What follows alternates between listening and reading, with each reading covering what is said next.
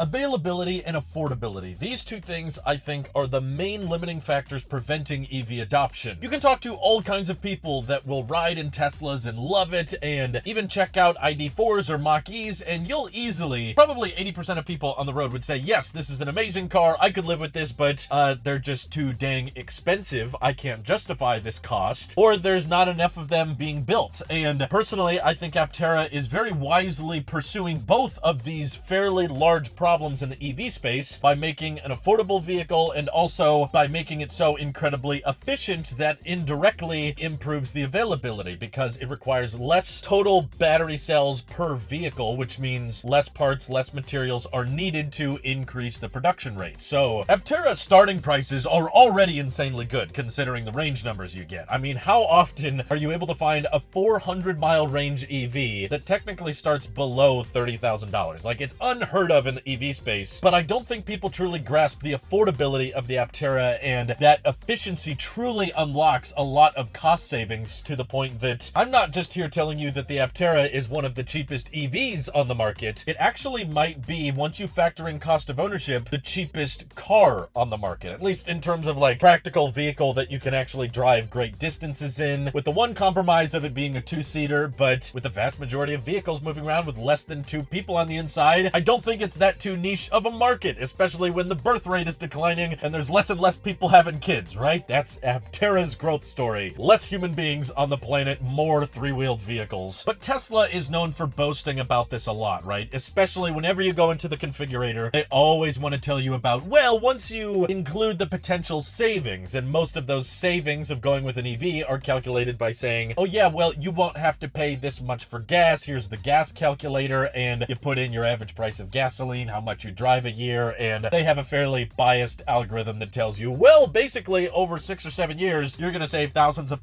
dollars by going with an EV instead of a gas car. And that's probably true in some jurisdictions, but the Aptera takes it to an entire another level, to the point that you might as well have to include a potential savings tab when you compare the Aptera to other EVs. Because even when we compare the Aptera's 100 watt-hours per mile to this vehicle, which gets around 250 watt-hours per mile, that means that the electricity costs of the Aptera are less than half of that of a very aerodynamic, very efficient vehicle like the one I'm sitting in right now. And the savings are even astronomically higher if we're comparing it to other EVs that are closer to 270 or 300 watt-hours per mile, which, yes, many of the most popular EVs on the road are much less efficient than this one. But if that wasn't enough to convince you about the cost of ownership, then the fact that Aptera is boasting their solar cells, that's where things really start to get interesting. So, for the sake of the example in today's video, I'm just going to be referring to the Apteras that have the full solar package. They put solar cells on the hood, they put them on the dashboard, on the roof. Even the hatch is completely covered with solar cells, which look amazing, by the way. Aptera patented their own vehicle-grade solar cells, which is cool, but they're claiming with the 700 watts of cells baked into their vehicle that in a sunny climate, you could get 40 miles of range back added per day, which honestly comes quite close to the average daily commute. And considering that not everybody works every day, so there are days where you probably drive less than 40 miles, and on those days the solar can kind of recharge more than what you're driving worth of battery, that technically means that if you're in a place where it's sunny and you opt for this full solar package, they are not exaggerating about the concept of this being a never charge vehicle that you don't even have to plug in. Sure, on road trips there are exceptions, and maybe you live in a very cloudy region where you're not going to be getting as much range back from those solar cells, but even if you are plugging in the Aptera every single night, the energy it requires to go the same distance as this car is going to be less than half, which means that the electricity savings are huge on the Aptera, even just comparing it to other EVs. And when you compare it to gas cars, it's nutty how much cheaper it is to run. But I'm going to take a few more averages for the sake of this example, because in my opinion, you always, without question, have to factor in the cost of ownership with vehicles, because no one buys cars and then just lets them sit on their property for years at a time doing nothing. No, the reason we buy vehicles is because we drive them, and driving them, no matter which way you work it, is not going to be free. Either you're paying for gasoline, paying for electricity from the grid, or you're paying for solar cells to charge your EV, but those solar cells are not free. But I think the ratio of savings you get per mile driven with the Aptera is so insanely good that it needs to be mentioned more. So for one, the Aptera's starting price for the 250 mile range variant is around $26,000. The solar cells, if you go with the complete package, is an extra $900, so we'll just round up, and assume that the cheapest Aptera with full solar is $27,000, okay? At least that's the pricing they're listing on the website. They may raise prices in the future due to inflation. It wouldn't surprise me, but those numbers are the ones they're sticking with. And I'm not talking about federal tax credits. We don't need to know what Aptera does and doesn't qualify for. To me, that doesn't even matter. Just think for a minute how much you, on average, spend on gasoline with a current gas car. You know, it depends a lot on your region and how much you drive, but most average Americans are spending somewhere between $150 and $200 a month just on gasoline. And that is an intimidating number, but a lot of Americans just don't even want to think about that. So they just think of what's a cheap gas car I could buy. I can afford something up front and then I'll pay the gas over the ownership of the vehicle. They don't think twice about the ownership of it because that's just a sunk cost in their mind. Gas cars are cheap. I can buy a cheap gas car and I'll just pay for the gas as I need it. But if you're going out there on a limb and saying that you're comfortable with spending $150 and $200 on ownership of the car, not just talking about the upfront price, then I think the base Aptera with the full solar cells is absurdly cheap compared to other gas cars because, okay, it's $27,000 if you go outright with cash, but just go to an auto loan calculator and realize that if you're comfortable spending around $200 a month on your vehicle, then you can have a down payment as little as $14,000 or $15,000 on the Aptera. And yeah, you'll have a $200 a month payment, but that's not forever. On average, most people keep their cars in the US for around 8.5 years. So even if you went with a fairly long-term 6-year loan, yes, there's higher interest payments, but there's no payoff point with gasoline. You know, the longer you own that gas car, the more you drive it, the more expensive that vehicle purchase is ultimately going to be. With the Aptera, if you are able to get by with 40 miles of range added back per day, keeping in mind the average commute in the US is under 40 miles, plus there are days in the week where you're not necessarily commuting and the Aptera can offset for that. Even if we round down a little bit and assume you're spending $150 a month on gasoline, still, that's $1,800 a year. And after 8 years of driving around a very cheap gas car, you've spent well over $14,000 and you are nowhere closer to getting to the point where you're no longer having to pay for gas because your gas car cannot work without those dinosaur juices going into it, making a very inefficient combustion engine work extra hard, not to even mention brake pad replacements, oil changes, depending on where you live, smog checks. The Aptera doesn't have to worry about these things. With regenerative braking, there's no brake pad replacements, there's no oil changes to worry about. Even for tire maintenance, which you're going to have with a gas car and an EV, the Aptera is lighter, so it shouldn't wear out the tires as quickly, and there's only 3 of the things. So even if you had to buy a whole new set of tires, the Aptera is going to be far cheaper to maintain than a 4-wheeled gas car. So I was looking up the price of new gas vehicles, and if you're lucky, you might be able to find a nice dealer that doesn't have much of a markup, and you can find something like a Chevy Spark for $16,000. But alternatively, if you buy a $27,000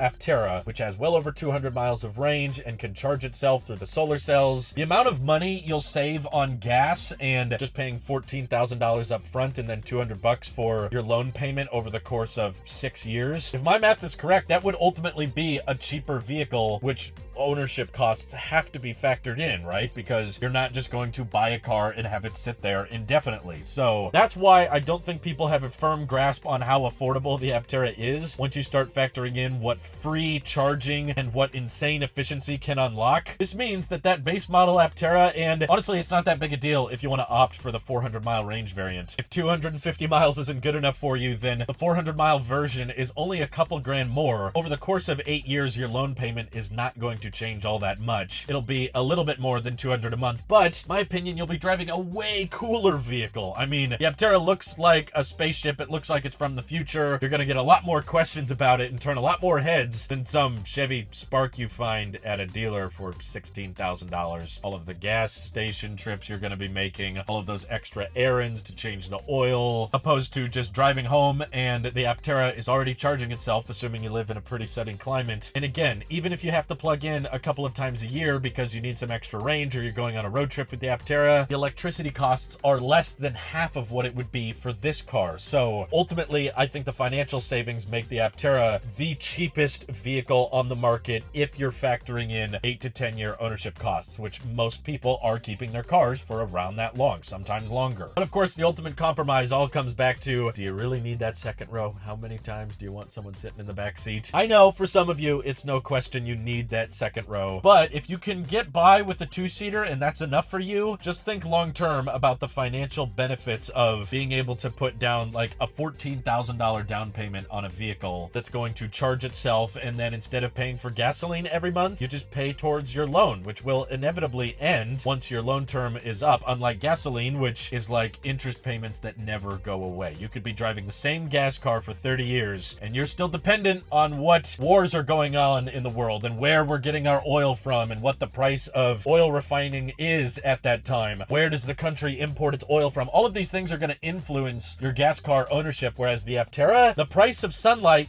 doesn't tend to change all that much. You notice that? You could spend $900 on the full solar package, and now it's going to keep charging itself. Doesn't matter what wars are going on. Doesn't matter what oil is foreign or domestic. You're getting free electricity powering that vehicle, and that's why I could be wrong, but I personally think the Aptera is, if not the cheapest, at the very least one of the cheapest vehicles of any kind you can buy today. But do you disagree with me? Are my numbers not lining up with yours? All that good stuff. Let me know your thoughts down in the comments below, and thank you to everybody supporting this channel on Patreon directly. It seriously helps us out a ton, as does just watching these videos. So thanks again. Have an excellent rest of your day.